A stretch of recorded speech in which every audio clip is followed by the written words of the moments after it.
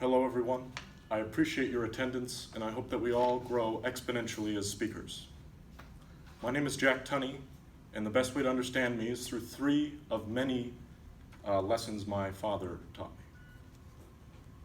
Jack, you gotta be diligent with your schoolwork. Not having a degree made me work 10 times harder to beat that kid just out of school.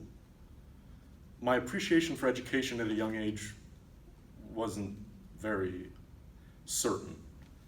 I had great grades, but it was all so easy up until college that I just never let it set in. This idea of diligence from my father was for me to complete school just because he didn't. It wasn't for me. Later I'd realize that diligence didn't assist my father when he couldn't keep a job, and my family would later lose our house.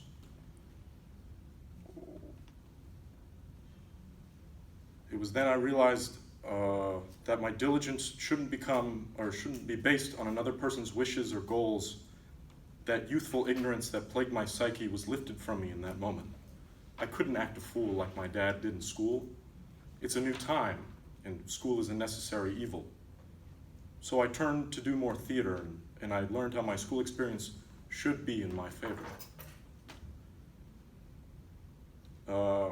It was my plan, my destiny. So UCLA is my end goal. Unfortunately, we still have sports to discuss. Jack, if you like football, you gotta fight through the pain and have stoicism. But if you're not having fun, let me know. I'm paraphrasing that, but my original understanding of stoicism stemmed from me lining up in a Derrickson drill, getting clotheslined, and then getting back up in line, and doing that again and again. And I learned that it took more out of me to complain than to just and zip it and just not say anything. I stayed that mental course through my football years, living in that youthful ignorance that I'm doing this for my dad. I didn't want to quit. Football is the way to prove my worth, my endurance. Perfect. My idea of stoicism inevitably wouldn't be shown in my father. And to skip a very long and arduous story, I play rugby now. And my mother says my stoicism was me not asking her why my father and her were so violent to each other. It's that youthful ignorance. Sometimes it comes in handy. The last characteristic is strength, or more my definitions of a strong man.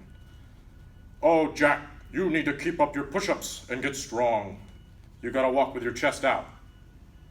My father was a multi-sport starter, and to set a good example, he really wanted me to start, but that was how a stereotypical white male felt for his son at the time.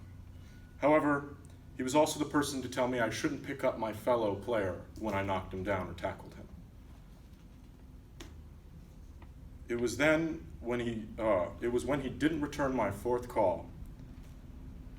I keep losing my place. I realized how a strong man should be defined. It's the size of his heart and the people he has in it.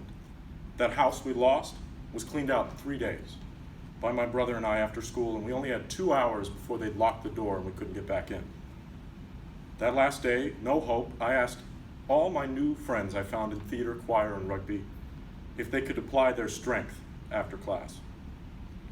15 people showed up. I hadn't seen these people outside of school or outside of practice, and they were there. It was that strong feeling of friendship that made me redefine my strengths. Youthful ignorance is no more, but don't let yourself forget it. It just might help you in a perspective wise later.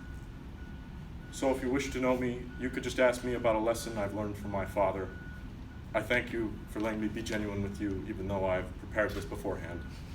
Thank you everyone for your time and attention.